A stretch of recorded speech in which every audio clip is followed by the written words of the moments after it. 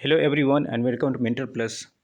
फोडा ने government of India ministry of health and family welfare को एक दोबारा मेल लिखा है और आप कह सकते हैं लेटर लिखा है कल के डेट में 12 दिसंबर। ये लेटर इस रिगार्डिंग है कि जो उन्होंने 1 वीक का टाइम दिया था, गवर्नमेंट को 1 वीक का टाइम दिया गया था in order to take some concrete step to expedite the counselling process for UG and PG, जो कि बहुत लंबे समय से और कई बार सुप्रीम कोर्ट से डेट आने के बाद भी पेंडिंग रह गया है। गवर्नमेंट ऑफ इंडिया ने ये भरोसा दिलाया था कि वो रिजर्वेशन मैटर को डीलिंक करके काउंसलिंग प्रोसेस को आगे बढ़ाने के लिए सुप्रीम कोर्ट से अर्ली हियरिंग का डेट लेंगे। जो पहले डेट दिया हुआ था 6 जनवरी को, उसके पहले, क्योंकि नेक्स्ट वीक ऑनवर्ड्स 2 सप्ताह के लिए सुप्रीम कोर्ट वैकेशन पे है, तो जो कुछ भी होना है वो इस बचे हुए 1 वीक में है, जो आज का मंडे है और फ्राइडे तक में होना है। तो उसके लिए फोडा ने रिमाइंडर भेजा है गवर्नमेंट ऑफ इंडिया को। उन्होंने क्लियरली बोला है कि 16 दिसंबर जो लास्ट डेट दिया गया है गवर्नमेंट ऑफ इंडिया को, अगर उस समय तक कोई इस मैटर पे कंक्रीट स्टेप नहीं लिया गया और ऐसा ही नहीं दिखता रहा कि काउंसलिंग पहले हो सकती है, तो जैसा उन्होंने बोला था कि they will withdraw from all the services, जिसमें ओपीडी हो और इमरजेंसी सर्विसेज हो, और किसी भी तरह का काम वो नहीं करेंगे, सारे तरह के सर्विसेज विड्रॉ कर लेंगे और वो पैन इंडिया लेवल पे होगा। इस तरह के सर्विसेज विड्रॉल किए गए थे, लेकिन फोडा ने हेल्थ केयर सिस्टम को बैलेंस करने के पॉइंट ऑफ व्यू से इस प्रोटेस्ट को वापस ले लिया था और इस अश्योरेंस के बेसिस पे कि गवर्नमेंट कुछ करेगी, प्रोटेस्ट को वापस ले गया था और 1 सप्ताह का टाइम दिया गया था। मैंने पिछले वीडियो में बताया था कि पहली बात तो फोडा को वापस तब लेना चाहिए था प्रोटेस्ट जब सुप्रीम कोर्ट से डेट मिल जाता। कितना टाइम लगता है डेट लेने में?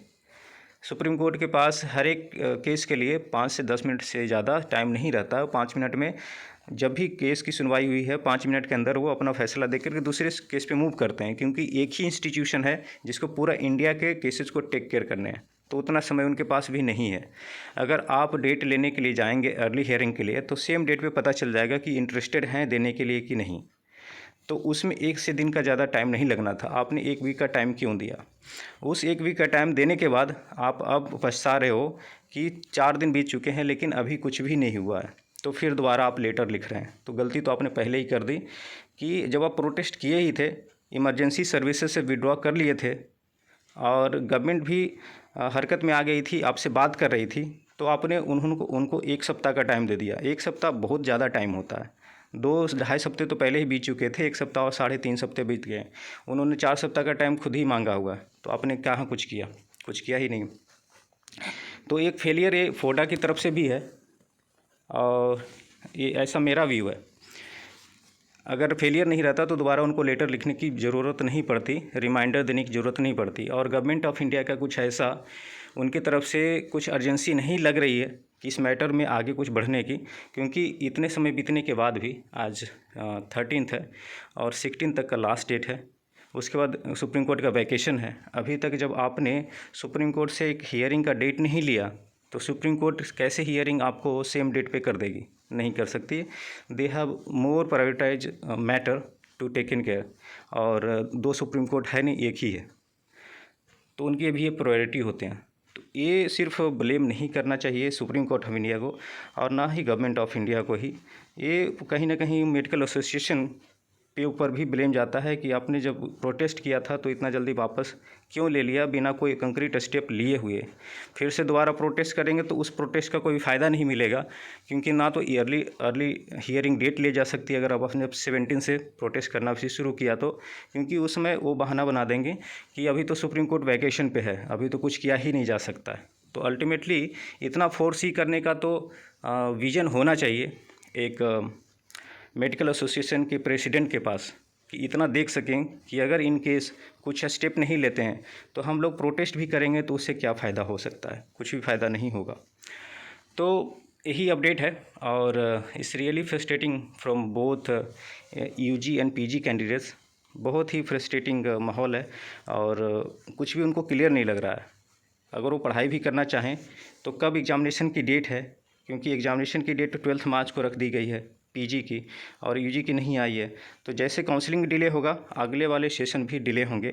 उनको जब अभी क्लैरिटी नहीं है कि पढ़ाई करना चाहिए, प्रिपरेशन करना चाहिए दोबारा, या काउंसलिंग के लिए वेट करना चाहिए, तो वो एक अच्छे डॉक्टर कैसे बन पाएंगे, अच्छा मेरिट उनका कैसे हो पाएगा। दूसरी तरफ कोरोना वायरस का जो थर्ड वेव है, उसके लिए भी सवाल उठ रहे हैं कि वो भी आ सकता है। अगर काउंसलिंग आपने कराया लेट से और बीच में ही केसेज इतने बढ़ गए कि काउंसलिंग को रोकना पड़ गया, तो इसके लिए जब जिम्मेदार कौन होगा। जब आपके पास केसेज बहुत कम थे, थर्ड वेव का कोई रिस्क नहीं लग रहा था, उसमें आपने होल्ड करके एक पार्टिकुलर मैटर के लिए आप होल्ड करके रखे रह गए केस काउंसलिंग को, और जब समय आया काउंसलिंग कराने का तो कोई दूसरी मुसीबत आ गई, तो भविष्य में सोच करके डिसीजन नहीं ले जा रहे हैं। तो कहीं ना कहीं सारे इंस्टीट्यूशन ही दोषी हैं इसके लिए।